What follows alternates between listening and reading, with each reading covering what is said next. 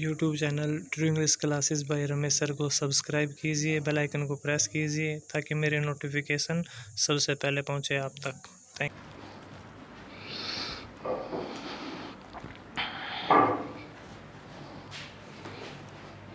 Hello everyone, true English classes bye Ramesh sir में आपका स्वागत है। और दोस्तों, आज फिर मैं हाजिर हूँ सेकंड वीडियो लेकर, the chapter of non finites. दोस्तों, फर्स्ट पार्ट हम कर चुके हैं नॉन फाइनाइट्स का। आज मैं आपके लिए लेकर आया हूँ the second part of non finites. Let's start the chapter. तो ऊपर मैंने लिखा है नॉन फाइनाइट्स। तो फर्स्ट वीडियो मैंने बनाई थी, उसमें मैंने आपको फाइनाइट वर्ब के बारे में भी बताया था, जो चेंज हो जाए, नॉन फाइनाइट जो चेंज ना हो। और फिर मैंने ये three kinds, infinitive, Jiran, participles, ये बताया था। तीन काइंड होते हैं। इन्फिनेटिव के बारे में मैंने क्लियर कर दिया था। इस वीडियो में मैं आपको समझाऊंगा definition of Jiran and the rules, definition of participles, three kinds and their rules. तो ये चीज़ें इस वीडियो में मैं आपको पढ़ाने वाला हूँ। फर्स्ट वीडियो में मैंने आपको बताया था finite, non finite and infinitives. तो इस वीडियो में मैं आपको जीरन और पार्टिसिपल्स, इनकी डेफिनेशन भी, इनके रूल्स भी, जो कॉमन एरर वगैरह में काम आते हैं, सारे रूल्स मैं आपको करवाने जा रहा हूँ। तो लीजिए, ज़्यादा टाइम स्पेंड ना करते हुए शुरू करते हैं आज की वीडियो। तो हमने बात करनी है जीरन की और पार्टिसिपल्स की। तो सबसे पहले हम बात करते हैं जीरन, फर्स्ट प्लस आईएनजी। एक वीडियो में कुछ मैंने इसके बारे में बताया था, difference between Jiran and present participles. आज पूरा पार्टिसिपल्स। तो जीरन में फर्स्ट प्लस आईएनजी का यूज किया जाता है। और definition, it is a verb, ये भी क्लियर है। Jiran is a verb, verb है ये। वर्क्स लाइक ए नाउन, जो किसकी तरह काम करती है? नाउन की तरह काम करती है, क्रिया की तरह काम करती है। एग्जाम्पल भी मैंने यहाँ पे लिखा है, smoking is injurious to health. तो स्टूडेंट्स, यहाँ smoke is injurious to health. Smoke आप कहीं देखना, smoke is a verb, smoke एक वर्ब है। और मैंने बताया था वर्ब को यदि आईएनजी लगाएं और सब्जेक्ट के तौर पे यानी शुरू में यूज करें तो वो नाउन बन जाती है।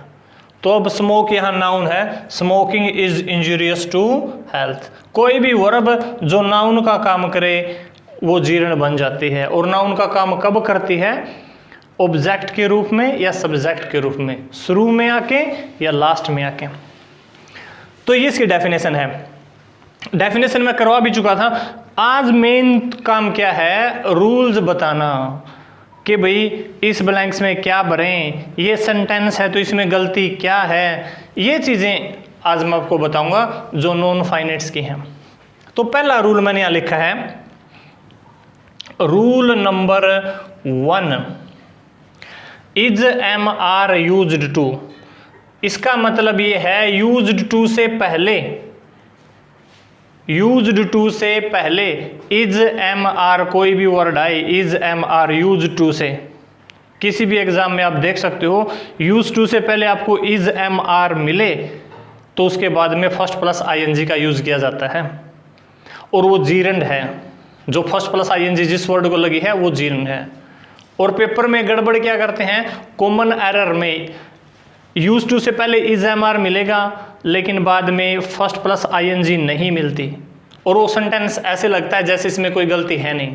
तो हमने ध्यान रखना है, यूज टू से पहले यदि इज एम आर है तो बाद में फर्स्ट प्लस आईएनजी का यूज होगा। देख सकते हैं, I am use to visiting trade fairs. तो यहाँ यूज टू है स्टूडेंट्स, पहले एम है तो यहाँ पे किसका यूज होगा? विजिटिंग। और बच्चे गलती क्यों करते हैं? क्योंकि नॉर्मली यही बताया जाता है कि टू के बाद फर्स्ट फॉर्म का यूज होगा। ये सच बात भी है, 90% केसेस ऐसे ही हैं, टू के बाद फर्स्ट फॉर्म का यूज होता है। लेकिन यदि यूज टू से पहले इज एम आर है तो टू के बाद फर्स्ट प्लस आईएनजी का यूज होगा, यूज टू के बाद फर्स्ट प्लस आईएनजी का यूज होगा। आप देख सकते हैं I am use to visiting. बार बार ये सेंटेंस बता रहा हूँ क्योंकि इंपॉर्टेंट है। इसी प्रकार के सेंटेंसेस पूछे जाते हैं जिसमें हम पहले से अपना माइंड बनाए होते हैं कि भी टू के बाद फर्स्ट का यूज करना है, लेकिन यहां हमने देखना है यूज टू से पहले इज एमर तो फर्स्ट प्लस आईएनजी। ये रूल आपने ध्यान रखना है, रूल नंबर फर्स्ट जीरन का है। पूछ भी लेते हैं कि भाई प्रेजेंट पार्टिसिपल है या जीरन है, तो आपने ध्यान रखना है ये जीरन का एग्जांपल है। नेक्स्ट जो रूल है रूल नंबर 2। कुछ वर्ब्स मैंने लिखी हैं, बड़े ध्यान से इनको देखना आपने। स्टॉप, रुक जाना। फिनिश, अवॉइड, नज़रअंदाज करना। रिस्क, जोखिम उठाना। स्टार्ट, शुरू करना। क्या शुरू करना भाई? चाहे लव शुरू करो चाहे हेट शुरू करो, ठीक है। और एंजॉय, फैंसी, माइंड, ये वर्ड ध्यान रखने हैं जो मैंने बताए। इन सभी के साथ में फर्स्ट प्लस आईएनजी का यूज होगा। बच्चों को इन चीज़ों का पता ही नहीं होता, वो आर्टिकल की मिस्टेक ढूंढते रहते हैं, प्रीपोजिशंस की मिस्टेक ढूंढते रहते हैं, लेकिन ये चीज़ें भी हैं, इन रूल्स का बच्चों को पता नहीं होता। तो आपको पता होना चाहिए लव के बाद कोई भी वर्ड है तो फर्स्ट प्लस आईएनजी मिलेगी। हेट फर्स्ट प्लस आईएनजी मिलेगी। एंजॉय फर्स्ट प्लस आईएनजी मिलेगी। Start first plus ING. Finish first plus ING. इनके बाद कोई भी वर्ड है तो ये आपने याद रखने हैं।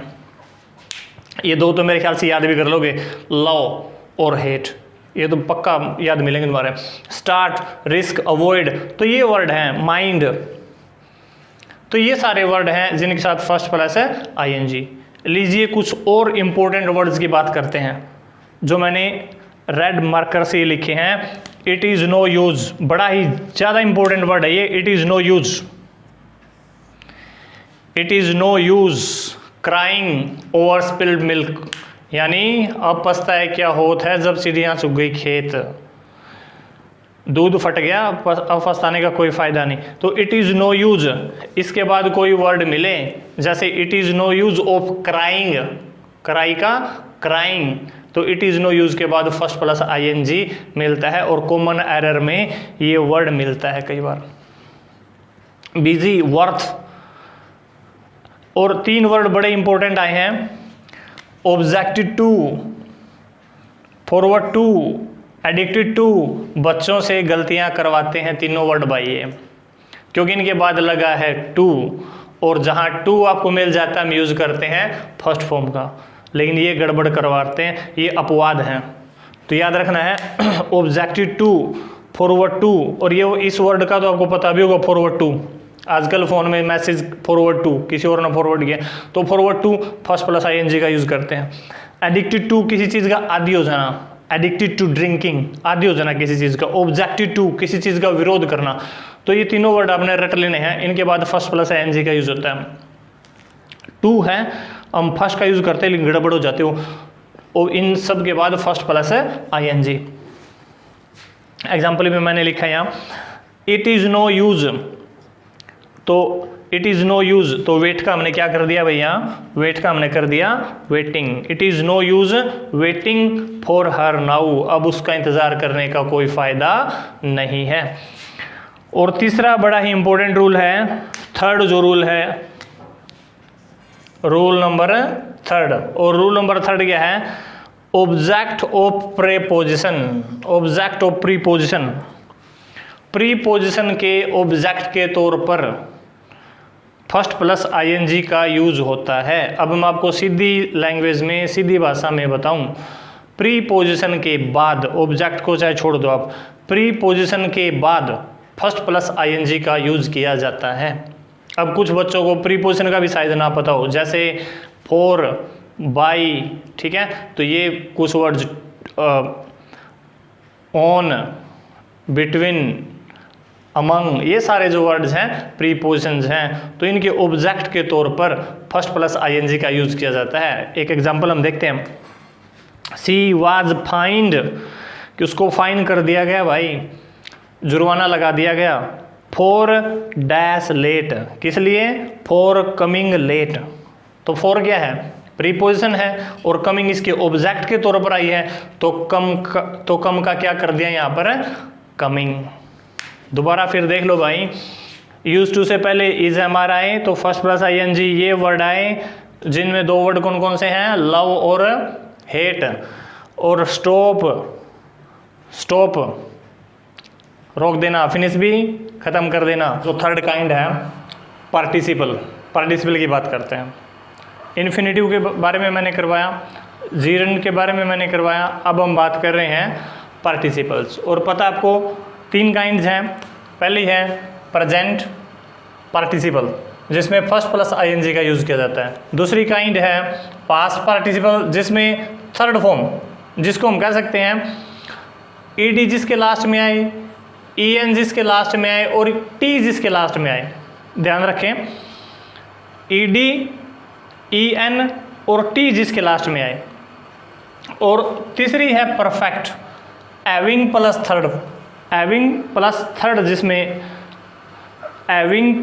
थर्ड का जिसमें यूज हो। तो अब हम बारी बारी से बात करेंगे और पहले हम बात करेंगे प्रेजेंट पार्टिसिपल की।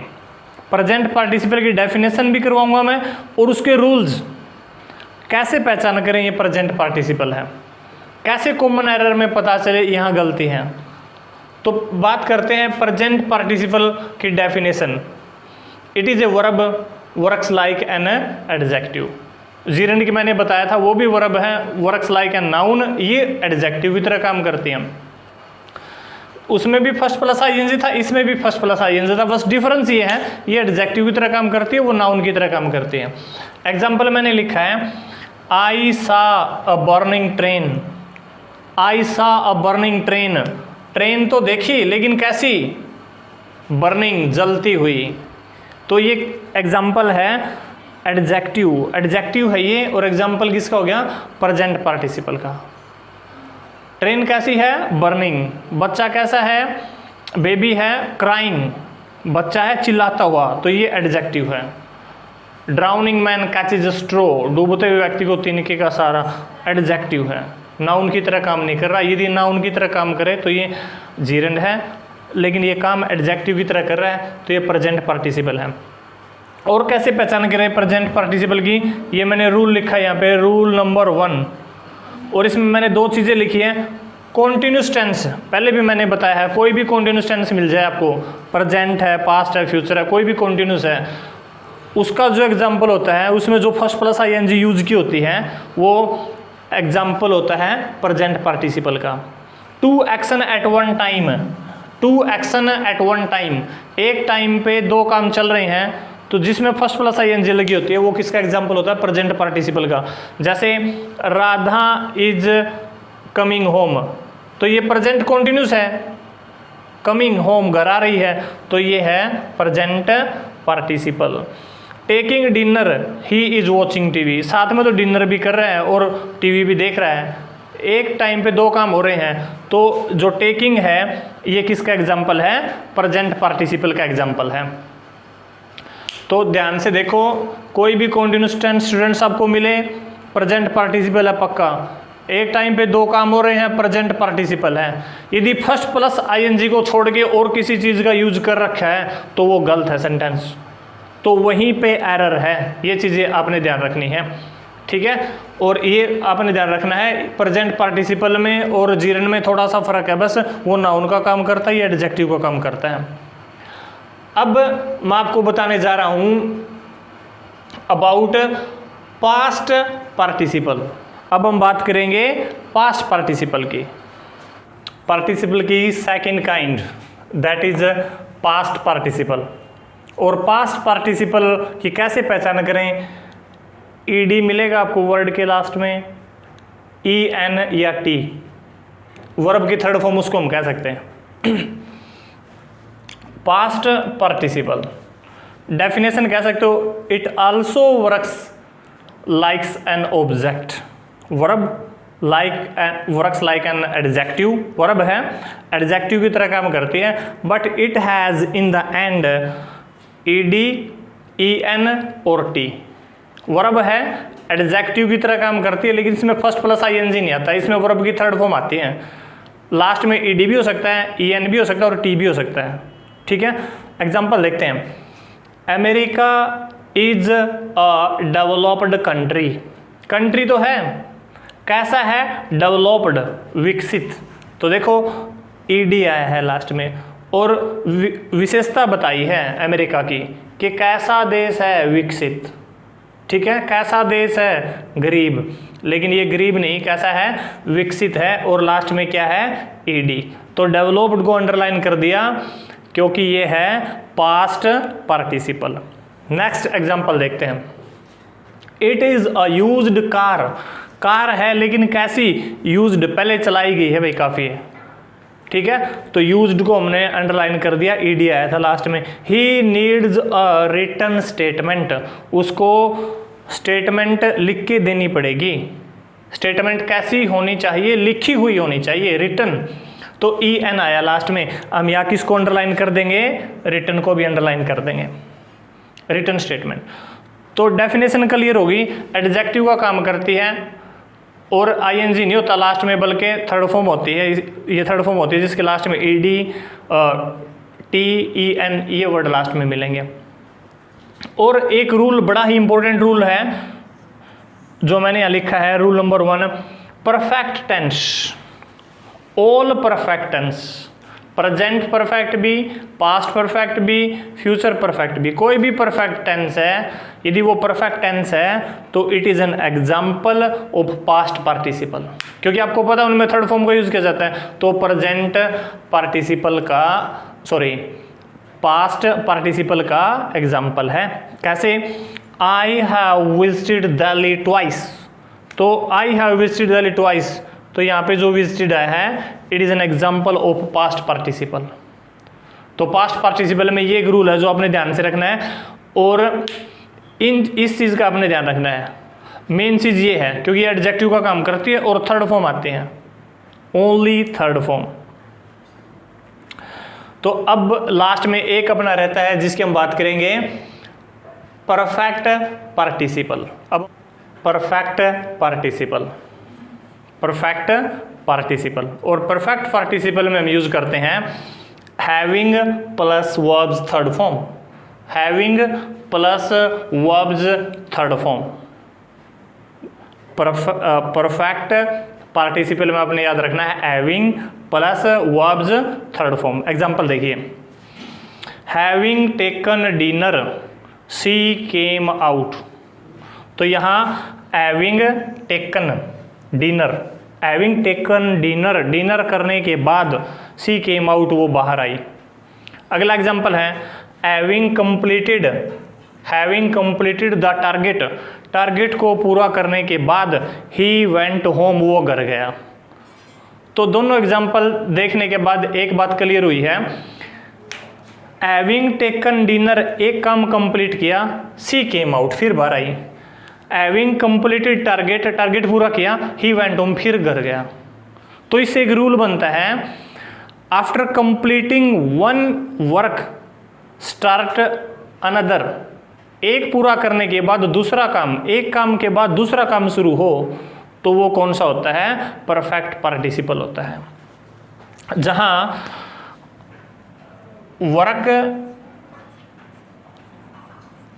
One work, one work after another, एक काम के बाद दूसरा काम जहां शुरू हो, वो किसका एग्जाम्पल है? परफेक्ट पार्टिसिपल का एग्जाम्पल है। और परफेक्ट पार्टिसिपल में हम यूज किसका करते हैं? Having plus verbs third form. तो आपने ध्यान रखना है इस प्रकार के एग्जाम्पल जहां एक काम कंप्लीट कर चुका हो, जैसे having failed he decided to admission in another university etcetera. यानी एक काम होने के बाद हैविंग फेल्ड, एक फेल हो गया, फिर कुछ और उसने डिसाइड किया हो to go in another college, another university etcetera. एक काम होने के बाद दूसरा काम जो हम डिसाइड करते हैं या दूसरा काम करते हैं, वो किसका एग्जाम्पल है? परफेक्ट पार्टिसिपल का एग्जाम्पल है। तो स्टूडेंट्स बारी बारी से तीनों मैंने बताए हैं आपको, प्रेजेंट पार्टिसिपल भी बताया है, पास्ट पार्टिसिपल भी बताया है, परफेक्ट पार्टिसिपल भी बताया है। इसके अलावा इस वीडियो में मैंने आपको जीरंड के बारे में भी कंप्लीटली बताया, सारे रूल्स जो कॉमन एरर वगैरह में आपके काम आ सकते हैं। तो इस वीडियो में स्टूडेंट्स इतना ही।